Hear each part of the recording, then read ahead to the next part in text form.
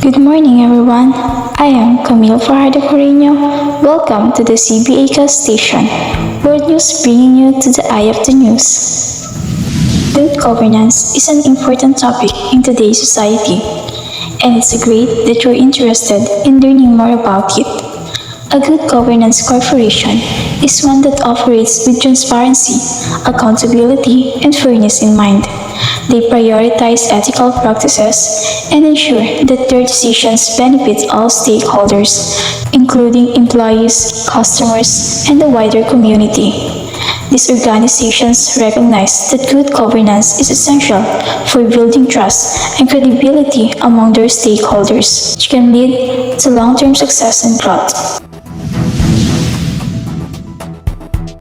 Sinasabi dito sa corporate governance ay tinitiyak na ang isang organisasyon ay nagpapatakbo ng maayos at mayroong responsableng pamamaraan.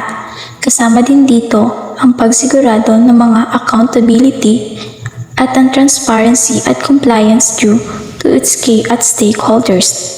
Isa pa, ito ay institutional na agreement ng isang corporation kung ano ang gagawin, sino ang maaaring magkontrol sa kanila at kung paano nila ito gagawin ng maayos. Ang mahalagang purpose ng corporate governance ay mag-facilitate ng epektibong organisasyon para sa ikatatagumpay ng kumpanya. Ang mga benefits ng corporate governance ay ang mga sumusunod. Una, sila ang gumagawa ng mga rules at nagko-control. Isa pa, nagpo-provide sila ng mga guidelines para sa mga leaders that align into the shareholders, directors, and etc. Pangalawa, ang corporate governance ay nagpapanatili o mas nagpapabilis ng pagtaas ng kapital. Corporate social responsibility. Corporate social responsibility is a corporate form of self-regulation integrated into the business model to create a positive impact on the stakeholders and the environment. CSR is a concept whereby companies integrate social and environmental concerns in their business operation and in their interaction with their stakeholders on a voluntary basis.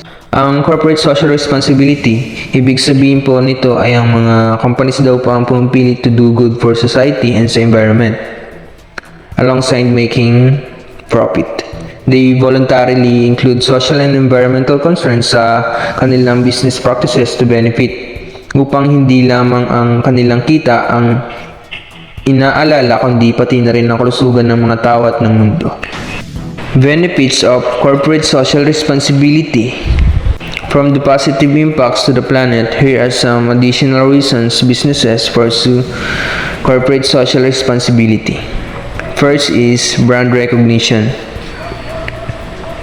According to a study published in the Journal of Consumer Psychology, consumers are more likely to act favorably toward the company that has acted to benefit its customer as opposed to companies that have demonstrated an ability to deliver a quality product. Customers are increasingly becoming more aware of the impacts companies can have on their community, and many now base purchasing decision on the CSR aspect of a business. As a company engage more in CSR, it is more likely to receive favorable brand recognition. Ang brand recognition po ay kung saan ang customer are more likely na magustuhan at suportahan ang isang company kung ito ay gumagawa ng mga hakbang upang tumulong sa kanilang mga customer at sa isang community, kaysa sa simpleng pagbebenta ng magagandang produkto o product. Kapag ang isang company po ay involved sa corporate social responsibility at tumutulong din ito sa community, mas madalas na naaalala at pinagkakatiwalaan ng mga tao ang brand ng isang kumpanya. Next is investor relations. For companies looking to get an edge and outperform the market, enacting CSR strategies tends to improve how investors feel about an organization and how they view the worth of the company. So dito po, investor relations ay when companies adopt corporate social responsibility strategies to do good sa isang society at sa isang environment. Ito ay madalas na nagpapahaba ng positibong pananaw ng mga investor about sa isang kumpanya. Ito rin po ay maaaring magresulta sa pag-increase ng value ng isang company at makakatulong sa pagpapabuti ng performance sa stock market. In simple terms, it's about making investor like and trust the company more by doing socially responsible things. Good morning everyone. I am the next reporter, so I will discuss the following benefits of corporate social responsibility, which is employee engagement. Means they feel more connected with the organization when they participate in CSR activities. Employees have proud feeling about their organization's involvement in CSR. They enjoy doing something different than the routine job by participating in CSR activities. Yung employee engagement daw po is a human resource na kung saan dinidescribe yung level ng enthusiasm of a worker, means yung enjoyment and dedication ng isang employee or workers toward their jobs. It give more comfortable through their works, especially kapag may mga activities sila with their organization that give them excitement dahil they doing something na different sa routine job nilang bilang employee. Employee engagement can also lead to the company success. Kaya napakahalaga ng isang employee engagement to the company that give more. Kaya napakahalaga ng employee engagement to the company that can cause a great impact or one of key to achieve their goals. Corporate governance and corporate social responsibility. Corporate governance is an umbrella term and corporate social responsibility is gradually getting fused into the company's corporate governance practices. The relationship can be interpreted by abandoning the standard view of the firm as a shareholder value maximizer and embracing the view of a firm as a stakeholder value maximizer. This convergence paves the way for corporate governance to be driven by ethical norms and the need for accountability, and it enables corporate social responsibility to adopt prevailing business practices. Yung corporate governance daw ay serve as an umbrella in a way na ito yung nasakop kung paano ang tamang pag-govern o pamumuno ng isang organization. Ito rin yung nag-align sa employees, stakeholder at sa organization as a whole para mas maging maayos yung takbo ng operations. Para magawa yun with the help of good governance, gagawa sila ng mga policies, rules and regulations that would align the organization. Yung mga rules na yun ang asundan regardless kung ano man ang posisyon mo sa company. Mababa man na posisyon o pinakamataas. You have to follow kung ano ang naka-impose na rules sa organization nyo. Napakasimple lang pero napakalaking impact nito para sa isang company. Give more positive energy and be one of the reason to a company success. Today, both corporate governance and corporate social responsibility focus on ethical practices in business and the responsiveness of an organization to its stakeholder and the environment in which it operates. Both CG and CSR are more focused on ethical practices in their businesses, which contain creating culture, policies that guide the behavior of corporate entities, especially regarding controversial subjects, and para dun sa mga tao to make best decisions to build sustainable businesses. Ethical practices are guide to them through decisions about finances, negotiations, and deal, and also protect companies from legal liability and ensure that they treat their customers and team members with respect. And kapag walang isang company ng strong ethics is maaari silang maka-encounter ng financial pitfalls and moral dilemmas that can damage a company, and also they focus the responsiveness ng organization to their stakeholders. It is important to plan ahead for potential crisis and create a communication strategy and protocol. It will concern how firms deal with and respond to the issues raised by stakeholder.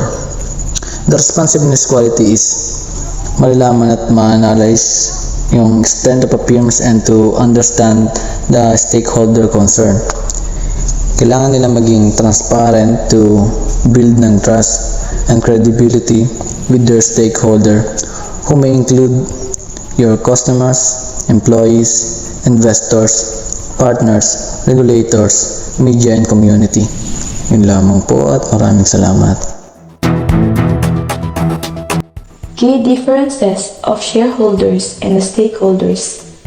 Shareholders versus stakeholders nature. In corporate governance and corporate social responsibility, the nature of shareholders and stakeholders refers to the different groups of individuals or entities that have an interest or stake in a company's activities and outcomes.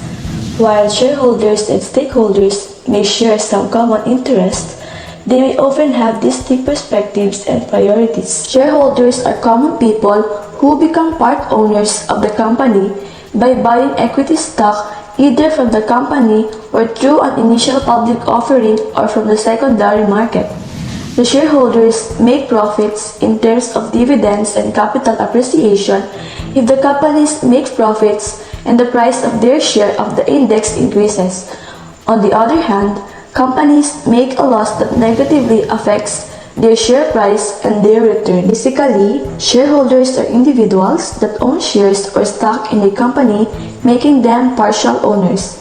They have a financial investment in the company and typically seek to maximize the returns on that investment.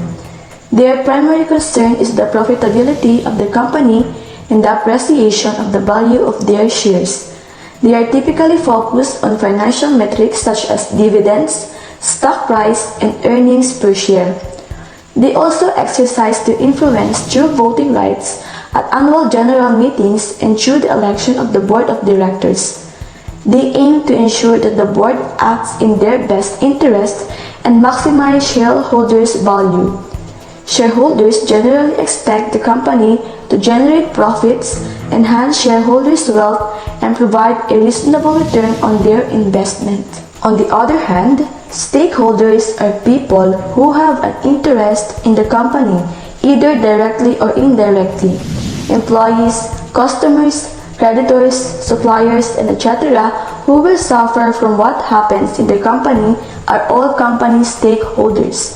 The general public is also considered stakeholders under the corporate social responsibility governance. One can say that all shareholders are stakeholders, but not all stakeholders may be the company's shareholders. Basically, stakeholders are individuals or groups that are affected by or have an interest in a company's operations and outcomes. Remember, stakeholders are not necessarily owners of the company, but may bear the consequences of the company's actions and decisions. Next is shareholders versus stakeholders impact. The impact of shareholders and stakeholders in corporate governance and corporate social responsibility can vary significantly due to their distinct perspectives and priorities. Shareholders are affected directly by the company's monetary performance, like profits or losses, as it quickly reflects the price of the stock. Stakeholders may be directly or indirectly affected by what happens in the company. The stakeholders have an impact or influence on what will happen to the company's performance, whereas shareholders are only affected by the outcome. Ang next po natin ay viewpoint. Ayon po dito, ang mga shareholders ay gusto na ang kumpanya ay gumawa ng mga aktibidad na magiging positibo po sa value ng stocks. Pwede po nilang dagdagan ang mga dividend o gawin ang mga hakbang na magpapabuti po sa kalagayan ng kumpanya patungo sa hinaharap.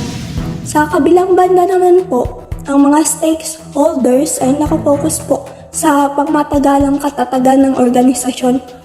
Bukod po sa pinansyal na pagganap ng kumpanya, ang mga stakeholders o mga empleyado po at staff ay maaaring humiling ng mas magandang kalidad ng serbisyo mula sa kumpanya kaysa sa mas mataas na kita.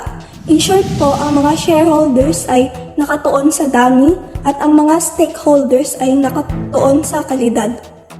So, ang last naman po ay conflict of interest. Dito naman po ang mga shareholders ng mga pangunahing tagapamahala, gusto po nila na ang kumpanya ay magtuon sa pagpapabuti ng pinansyal na estado. Sa kabilang banda naman po ang mga stakeholders ay nais na gumastos ngunit hindi kinakailangan pong magdagdag sa kita.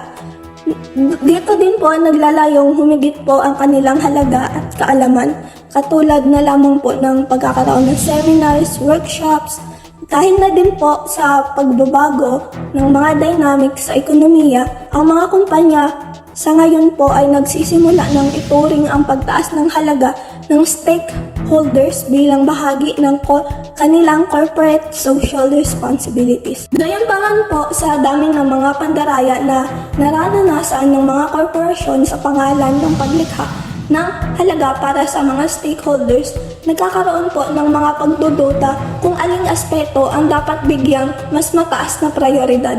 Maraming kumpanya po sa ngayon ang sinusubukang balansehin ang dalawa sa pamamagitan ng pagtuon sa pagtaas po ng halaga ng mga shareholders nang hindi sinasagasaan po yung mga karapatan ng mga stakeholders at pagpapatakbo ng mga negosyong may legalidad. All in all po, ang layunin po nila ay maksimahin ang kita at panatilihin ang pamatagalang katatagan at pagpapanatili ng kumpanya. Once again, I am Camille Fajardo Foreño, together with Brandon, RJ, Kyla, Alisa. Again, this is the CBA Cast Station.